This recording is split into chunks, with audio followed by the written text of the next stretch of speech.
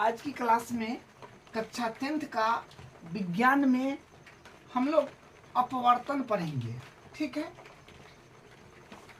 अपवर्तन क्या होता है वो हम लोग डेली लाइफ में देखते हैं। ठीक है, वो भी चर्चा करेंगे और कुछ गहरा कंसेप्ट पर भी जाएंगे।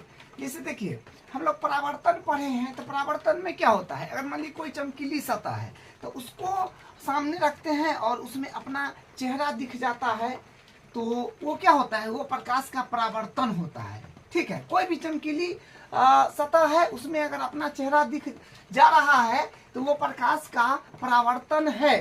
ठीक है, अपवर्तन क्या होता है, जैसे देखिए अपवर्तन हम लोग डेली लाइफ में देखते हैं।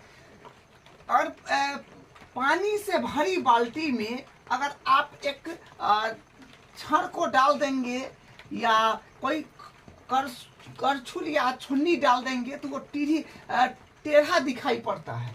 ठीक है, मतलब अगर पानी से भरी बाल्टी है, उसमें अगर हम कोई धातु का एक छड़ डालेंगे तो वो टेढ़ा दिखाई देता है। काहे दिखाई देता है टेढ़ा, तो ये अपवर्तन के कारण। ठीक है, अगर पानी से भरा हुआ बाल्टी है तो उसका पेंदी ऊपर उठा हुआ आपको दिखाई पड़ेगा, तो ये भी अपवर्तन के कारण होता है। अगर मान लीजिए कि पानी से भरी कोई बर्तन है, उसमें अगर आप कोई सामान रख दीजिएगा तो उसमें आपको बड़ा बड़ा दिखाई पड़ेगा। ठीक है, तो वो भी अपवर्तन है। अगर मान लीजिए कि पानी से भरी बाल्टी, उसमें अपना हथेली को डालेंगे तो वो भी थोड़ा बड़ा दिखाई पड़ेगा, वो भी अपवर्तन के कारण है। ठीक है, तो ये अनेकों है जो हम लोग डेली लाइफ में देखते हैं। जैसे तालाबों में मछली को आप मतलब लगेगा कि मछली भागता है तो लगेगा कि ये मतलब ऊपर में है, लेकिन वो अंदर में रहता है काफी, वो भी प्रकाश का अपवर्तन के कारण ही होता है। ठीक है, तो देखिए अपवर्तन की परिभाषा क्या है, जब प्रकाश की किरण किसी एक पारदर्शी माध्यम से किसी दूसरे पारदर्शी माध्यम में प्रवेश करती है तो अपने मार्ग से विचलित हो जाती है, इस घटना को ही अपवर्तन कहते हैं। क्या है अपवर्तन का परिभाषा, कि जब प्रकाश की किरण किसी एक पारदर्शी माध्यम से किसी दूसरे पारदर्शी माध्यम में प्रवेश करती है तो अपने मार्ग से विचलित हो जाती है, इस घटना को ही अपवर्तन कहते हैं। मतलब देखिए, अभी यहाँ पर मान लीजिए कि प्रकाश है, तो ये क्या है, ये एक वायु है, और यहाँ पर मान लीजिए कि एकदम उजला बोतल है, इसमें पानी डाला हुआ है।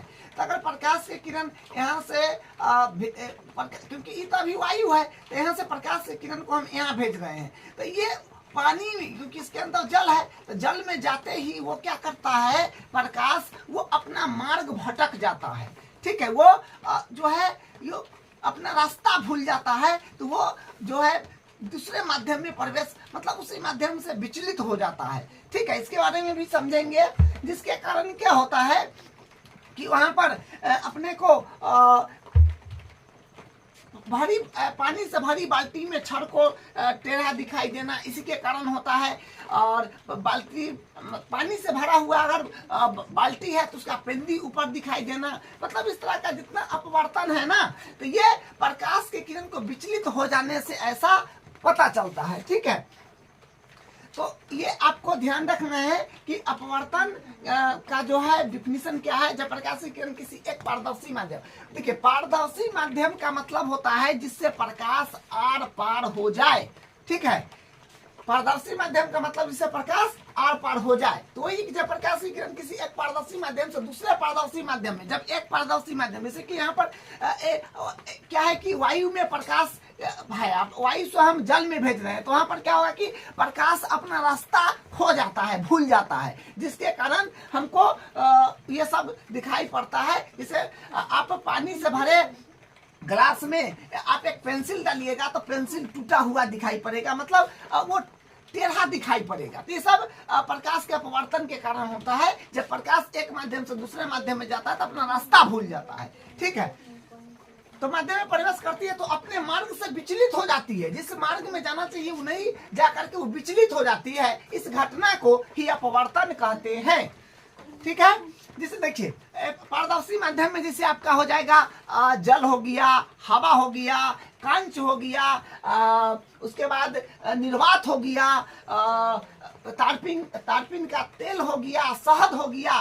देखिए कुछ में होता है कि साफ साफ दिखाई पड़ता है, कुछ में स्पष्ट दिखाई नहीं पड़ता है, लेकिन ये सब जो है आपका ये सघन माध्यम क्या बोलते हैं, पारदर्शी माध्यम हो गया। ठीक है, तो देखिए माध्यमों की प्रकाशिक सघनता को हम सघन व विरल शब्दों से समझते हैं। जैसे माध्यम जो होता है ना, एक सघन होता है और एक विरल होता है, तो हम लोग माध्यमों की प्रकाशिक सघनता को सघन और विरल से समझेंगे। ठीक है, सघन और विरल से समझेंगे प्रकाश की सघनता को। ठीक है, प्रकाश दो माध्यम से गुजरता है, सघन और विरल से, तो उसको हम समझेंगे। देखिए यहाँ पर जो है ना, ये कांच है, कांच। ठीक है, और यहाँ से हम ये लिखा है ना, ये कांच है आपका। ठीक है, और यहाँ से हम प्रकाश किरण को यूं भेज रहे हैं। ठीक, प्रकाश किरण को भेज रहे हैं, तो ये कांच है और ये यहाँ से हम प्रकाश किरण को भेज रहे हैं, तो ये क्या है, ये वायु है। ठीक है, तो वायु है, तो हम यहाँ से प्रकाश किरण को भेज रहे हैं, तो यहाँ पर आया, तो उसके बाद ये बिंदु पर एक अभिलंब बना दीजिए। अभिलंब बनाए तो ये प्रकाश की किरण जो है अभिलंब की ओर मुड़ गया, अभिलंब की तरफ मुड़ गया। ठीक है, देखिए ये सघन माध्यम कांच जो है आपका सघन माध्यम है, क्योंकि कांच हम बाहर से, ये कांच है, हम यहाँ से प्रकाश किरण को भेज रहे हैं, तो ये तो वायु है, तो वायु होता है विरल। ठीक है, वायु हुआ विरल और कांच हुआ सघन। सघन विरल थोड़ा समझ लीजिए। कांच जो होता है इसका कण थोड़ा पास पास होता है, ज्यादा मजबूत होता है। ठीक है, और विरल में क्या होता है कि हवा में जो होता है कण, वायु का कण जो होता है दूर दूर होता है। ठीक है, तो इसको हम लोग बोलेंगे विरल। विरल में क्या होगा कि कण उसका दूर दूर होगा, सघन में होगा कि कण उसका पास पास में होगा, वो मजबूत होता है। ठीक है, तो सघन में क्या, बस इतना याद रखिएगा कि विरल में उसका कण दूर दूर होगा और सघन में उसका कण एकदम पास पास होता है। ठीक है, तो हम लोग अभी प्रकाश के किरण को हम क्या विरल माध्यम, क्योंकि ये तो वायु है, तो विरल माध्यम से हम क्या किए, प्रकाश के किरण को भेजे हैं। तो ये एक बिंदु पर यहाँ पर आया, तो ये एक अभिलंब खींच दिए, उसके बाद कांच में गया तो ये अभिलंब की ओर मुड़ गया। कहने का मतलब है कि जब प्रकाश की किरण को विरल माध्यम से सघन माध्यम में भेजते हैं, तो प्रकाश की किरण ये जो है अभिलंब की ओर मुड़ जाती है। ठीक है, अभिलंब की ओर मुड़ जाती है। ये याद रखना है क्या, कि जब प्रकाश की किरण हम विरल माध्यम, क्योंकि ये हवा है, यहाँ से हम प्रकाश किरण को भेज रहे हैं, हवा है, क्या लिखा हुआ अभी ये वायु है, तो प्रकाश की वायु विरल माध्यम है। जब हम प्रकाश की किरण को विरल माध्यम से सघन माध्यम मतलब कांच में भेजते हैं, ये कांच आपका क्या है, सघन है, तो प्रकाश की किरण को हम विरल माध्यम से सघन माध्यम में भेजते हैं, तो देखिए प्रकाश की किरण क्या है कि अभिलंब की ओर मुड़ रहा है, अभिलंब की ओर आएगा, यूं मुड़ जाएगा। ठीक है, अभिलंब की ओर मुड़ जाएगा।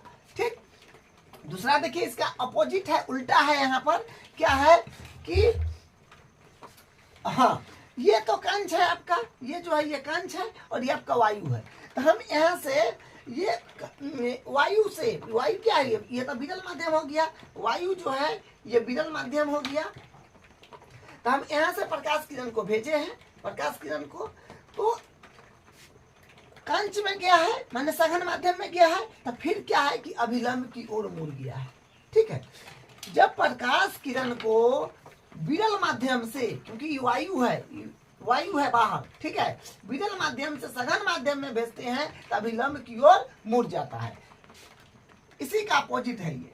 ठीक है, यहाँ पर फिर देखिए, अब हम क्या कर रहे हैं, प्रकाश की किरण को कांच से भेज रहे हैं। कांच तो आपका क्या है, कांच जो है ये आपका ये हो जाएगा सघन माध्यम, सघन।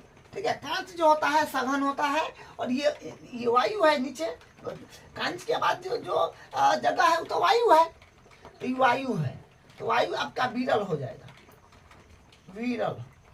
ठीक है, वायु विरल है, तो हम कांच से प्रकाश की किरण को वायु में भेज रहे हैं, मतलब कांच आपका सघन माध्यम हुआ और बाहर की ओर प्रकाश की किरण भेज रहे हैं जो कि विरल माध्यम में। तो जब हम प्रकाश की किरण को प्रकाश की किरण को हम कांच से यूं भेजे, यहाँ पर ये अपतन बिंदु पर अभिलंब खींचे तो ये अभिलंब से दूर हट गया, ठीक है।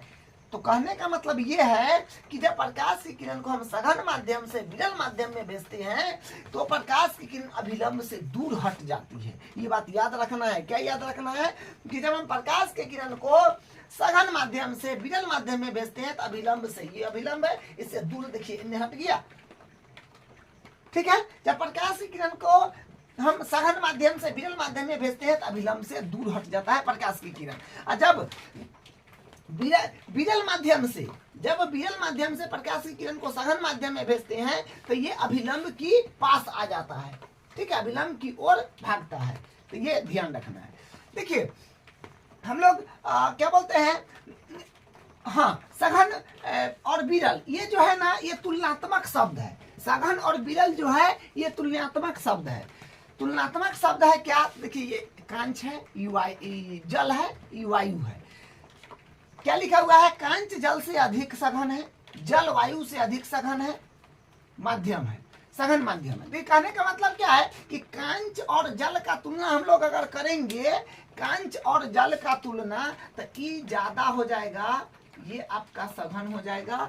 और जल और वायु का तुलना करेंगे तो ये आपका ज्यादा हो जाएगा सघन, ठीक है। यहाँ पर है कांच जल से अधिक सघन है, कांच जो है जल से अधिक सघन है, जल वायु से अधिक सघन है, जल जो है वायु से अधिक सघन। तुलनात्मक शब्द है। अगर दोनों का तुलना करेंगे तो ज्यादा सघन हो जाएगा, कांच ज्यादा हो जाएगा, ये कम हो जाएगा। फिर ये दोनों का तुलना करेंगे तो वायु के तुलना में जल जो है ये ज्यादा सघन हो जाएगा। वही लिखा हुआ है कि कांच जल से अधिक सघन है, जल वायु से अधिक सघन, माध्यम है। देखिए बुक में जो है ना एक प्रैक्टिकली करके दिखाया गया है, उसी को हम यहाँ पर लिए हैं, आपको समझाने का प्रयास करेंगे। क्या है? कांच की स्लैब से अपवर्तन। कांच की स्लैब से अपवर्तन मतलब एक आयताकार कांच है, इस प्रकार का कांच का टुकड़ा है, और उससे क्या किया गया है? प्रैक्टिकली किया गया है। क्या किया गया है? देखिए ये आपका कांच है, ये जो है ये चरखूट, ये आपका कांच है आयताकार, ठीक है। और हम यहाँ से प्रकाश को किरण को भेजे, ठीक है, यहाँ से प्रकाश को किरण को भेजे तो यहाँ पर टकराया, तो यहाँ पर ये अपतन बिंदु है, यहाँ से हम एक अभिलंब खींच दिए, ठीक है। तो यहाँ पर तो कोण आई बनेगा, क्योंकि आने वाला प्रकाश की किरण जिसको आपतित बोलते हैं तो कोण आई हो जाएगा। उसके बाद प्रकाश की किरण को तो ऐसे आ जाना चाहिए सीधा, प्रकाश की किरण को ऐसे सीधा आ जाना चाहिए। क्या ऐसे ना आप कहेंगे कि प्रकाश की किरण को एकदम सीधा आ जाना चाहिए, लेकिन नहीं, प्रकाश की किरण जो है ना वो शॉर्टकट निकलता है, सीधा नहीं आता है। तो हम यहाँ पर क्या करें, एक कांच का स्लैब रख दिए, कांच रख दिए।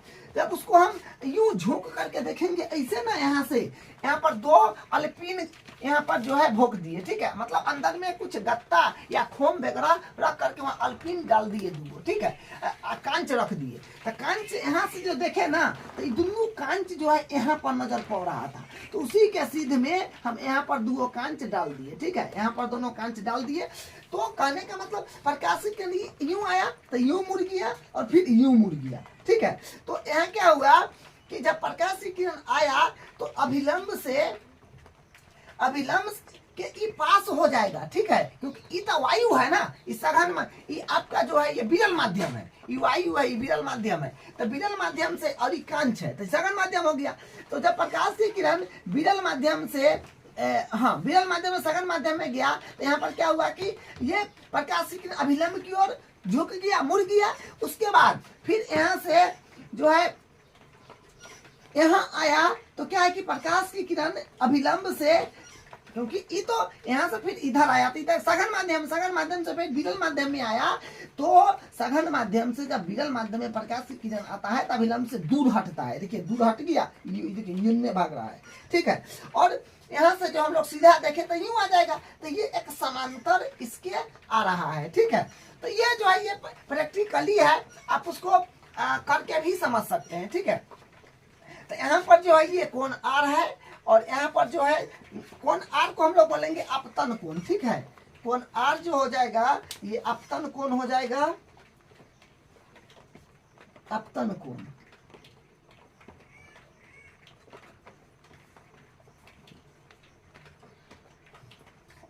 और ये जो है आपका ए बी और ये सी डी, ये आप अल्पिन है, ठीक है। यहाँ से प्रकाशीय किरण को जो डाला ना, तो यहाँ से यूं झुक करके देखा तो इसके सामने सीधा बुझाया यहाँ पर, ठीक है। तो वही है कि प्रकाश की किरण जो है यहाँ से आया तो अभिलंब की विरल से सघन में आया तो अभिलंब की ओर मुड़ा, उसके बाद फिर यहाँ से जब चला सघन से तो यहाँ पर फिर टकराया तो ये अभिलंब यहाँ पर एक अपतन बिंदु पर अभिलंब बना तो अभिलंब से ये दूर भाग गया, ठीक है। तो मतलब कहने का मतलब है कि ये दोनों जो है अल्पिन इसके सीधे में नजर पड़ा, लेकिन हम लोग तो कहेंगे कि ये सीधा ऐसे आना चाहिए, नहीं यहाँ पर नजर पड़ा, ठीक है। तो ये जो है आपका ये निर्गत किरण है, ठीक है। और ये जो है यहाँ पर जो ये फर्स्ट अपवर्तन हुआ है, फर्स्ट अपवर्तन मतलब यहाँ से प्रकाशीय किरण आया तो यहाँ पर आपतन बिंदु है तो अभिलंब की ओर मुड़ गया, अभिलंब की ओर ही मुड़ेगा, ठीक है। उसके बाद दूसरा में क्या हुआ कि जब ये सघन से प्रकाशीय किरण चला, यहाँ से आते रहा है आ रहा है, तो सघन से जब विरल में आया तो अपवर्तन दूसरा हुआ कि यहाँ पर क्या हुआ कि अभिलंब से दूर हट गया, ठीक है। तो यहाँ पर कोण का मतलब लिखा हुआ है कि कोण आई जो है ये आने वाला किरण से बना है तो अपतन कोण हो जाएगा, और कोण ई जो यहाँ पर हम माने हैं ये वाला, ये आपका निर्गत कोण हो गया, ठीक है, ये निर्गत कोण हो गया। और कोण आर जो है ये वाला, ये आपका अपतन कोण हो गया, ठीक है। तो हम लोग आज की क्लास में अपवर्तन पढ़े हैं, अपवर्तन क्या होता है, कैसे उसमें जो होता है अपना रियल लाइफ में क्या सब होता है वो भी देख लिया। अब हम अगले क्लास में इसका अगला जो टॉपिक होगा उसको करेंगे।